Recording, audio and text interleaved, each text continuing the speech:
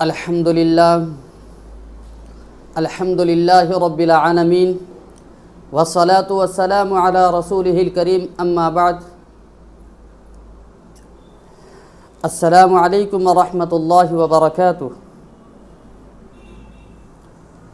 جب کوئی عورت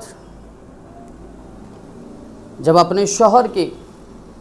فرما بردار بن جاتی ہے، جب اپنے شوہر کو تمام خوشیاں دیتی ہے اور اس کے کہنے کے مطابق اپنی زندگی کو گزارتی ہے، تو اس پر اللہ تبارک و تعالیٰ کی طرف سے کیا انعامات دیے جاتے ہیں اور کیا کچھ اس کو ملتا ہے، آج اس کے بارے میں آپ کو بتاؤں گا۔ حدیث مبارکہ میں ایک واقعہ لکھا ہوا ہے۔ اللہ کے رسول صلی اللہ علیہ وسلم کے زمانے میں ایک صحابی کی شادی ہوئی۔ وہ صحابی جہاں رہتے تھے، جس مکان میں رہتے تھے، وہ مکان 2 منزلہ والا تھا،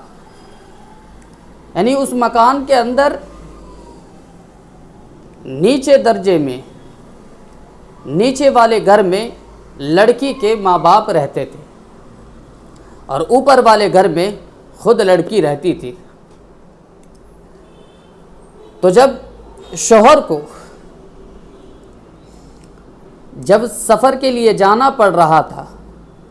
تجارت کے لیے وہ سفر میں جانے لگے، تو شوہر نے یہ سوچا کہ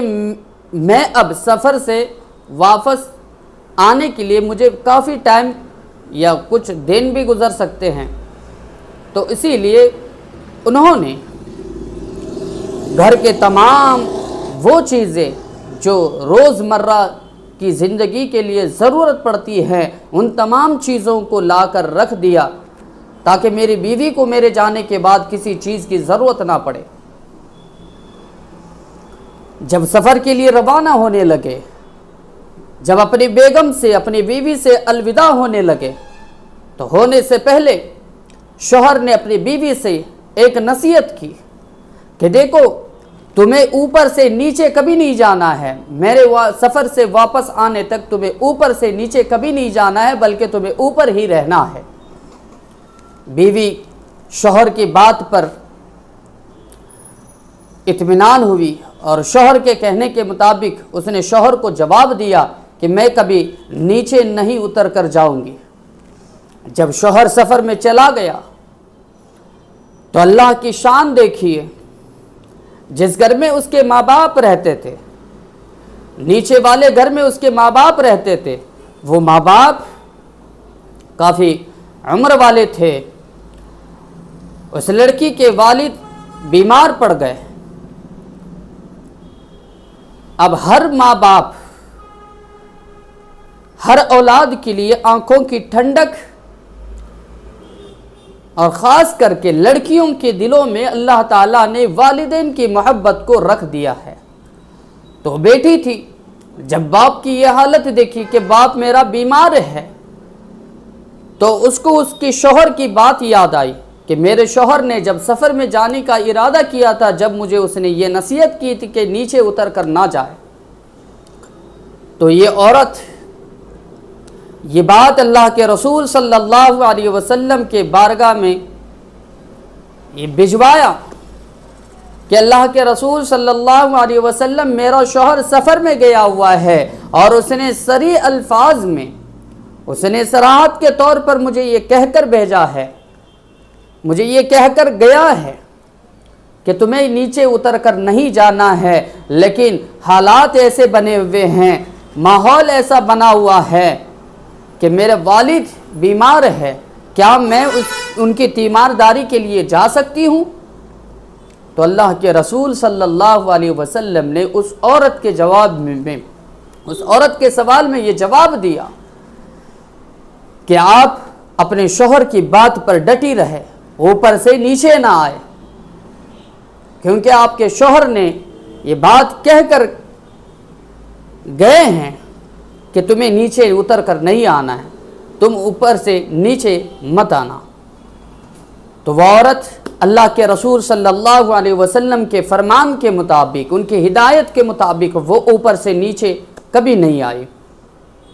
لیکن ہوا ایسا کہ والد کی بیماری بڑھنے لگی، سخت بیمار ہو گئے، بیماری کی شدت بڑھ گئی اور وہ اسی مرض میں وفات پا گئے۔ جب وفات کی خبر اس عورت کو ملی کہ میرے والد کا انتقال ہو گیا ہے،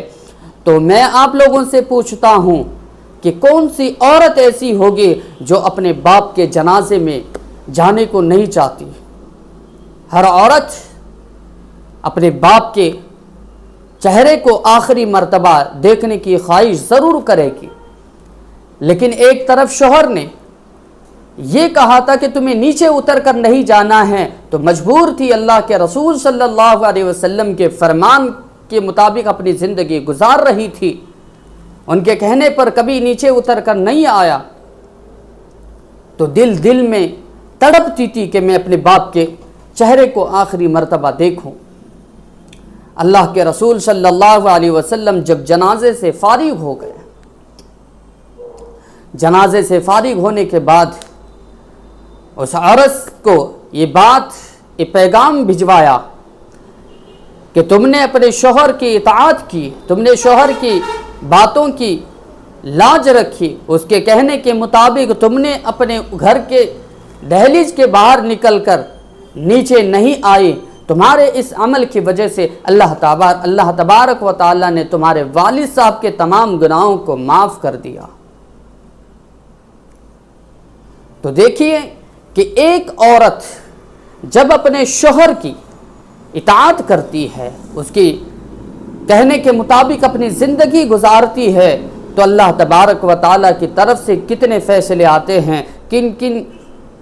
چیزوں کی طرف اللہ تبارک و تعالی اس عورت کو